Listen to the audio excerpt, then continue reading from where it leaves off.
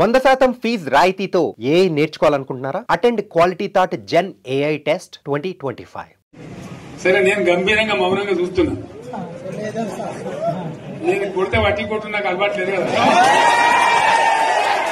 చూద్దాము.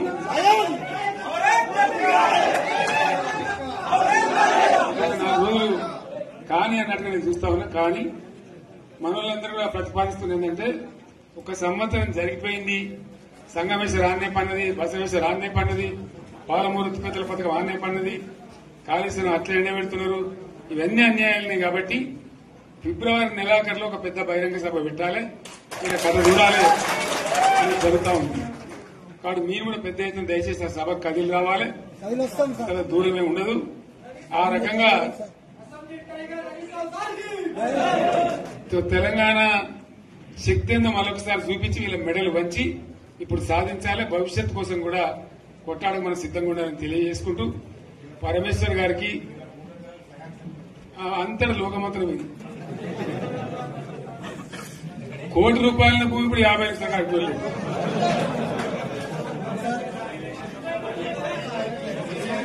ఈ ఒక్కని బాధ ఒక ఆయన వచ్చింది, మన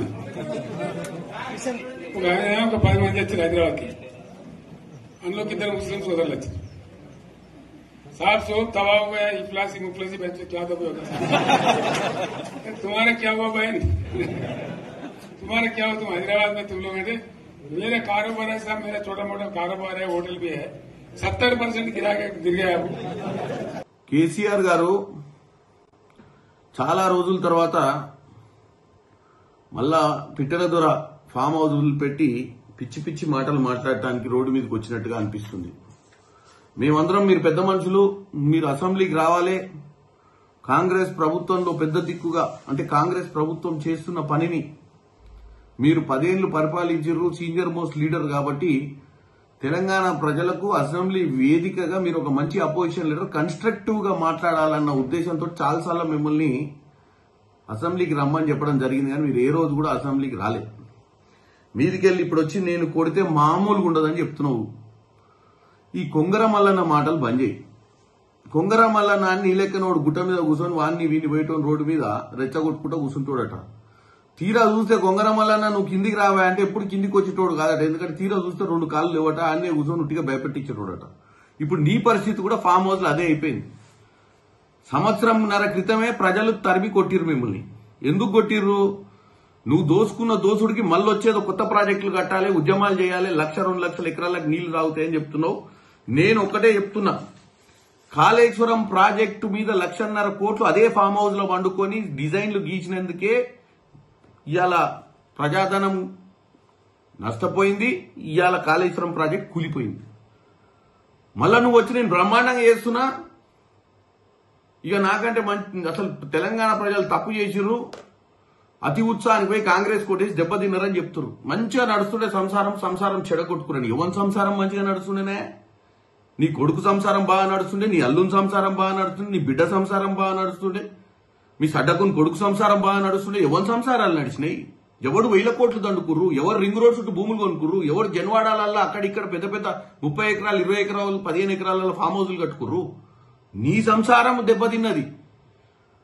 ప్రజలు చీ కొట్టినందుకు నువ్వు సంవత్సరం నుంచి ఫామ్ హౌస్ లో పండుకొని తర్జన భర్జన పడుతున్నావు. ఎట్లా చీ కొట్టిరని తెలియక నిన్న ఏదో సర్వేలా డూప్లికేట్ గా ఓట్లేయించి నీ ప్రజాపాలన కంటే నీ ఫామ్ హౌస్ పాలన బాగుందని ఓడో చెప్తే పనికిరానోడు అది ఇని ఇలా బయటకు వచ్చేదో గొప్పగా నిజంగానే నేను ఫామ్ హౌస్ లో పండుకున్న ప్రజలు నన్ను నచ్చుతుర్రన్న పిచ్చి ఆలోచనతో బయటకు వచ్చినట్టుగా క్లియర్ గా కనపడుతుంది. నేను ఒకటే చెప్తున్నా, ఎన్నో అటు ఘోష్ ఏదైతే నివేదిక ఇచ్చిర్రో కమిటీ, రూర్కి వాళ్ళు నివేదిక ఇచ్చిర్రో నీ పరిపాలన గురించి, నువ్వు ఫామ్ హౌస్ లో పండుకొని చేసిన పరిపాలనకు 1.5 కోట్ల కాళేశ్వరం కూలిపోయిందన్న విషయం నువ్వు మర్చిపోతున్నావు. మళ్ళా నిన్ను ఎవరో సర్వేలా నీ పాలన ఫామ్ హౌస్ లో వండుకున్నా కేసీఆర్ బాగుండని చెప్పి ఎవరో చెప్పినట్టు 2-3 బాగా వచ్చిందన్న పర్సంటేజ్ మన ఓటింగ్ అని. అది ఓటింగ్ కాదు, అది మెకానికల్ గా మీ వాళ్ళు కావాలని డబ్బులు పెట్టి ఓట్లు వేయించుకుర్రు.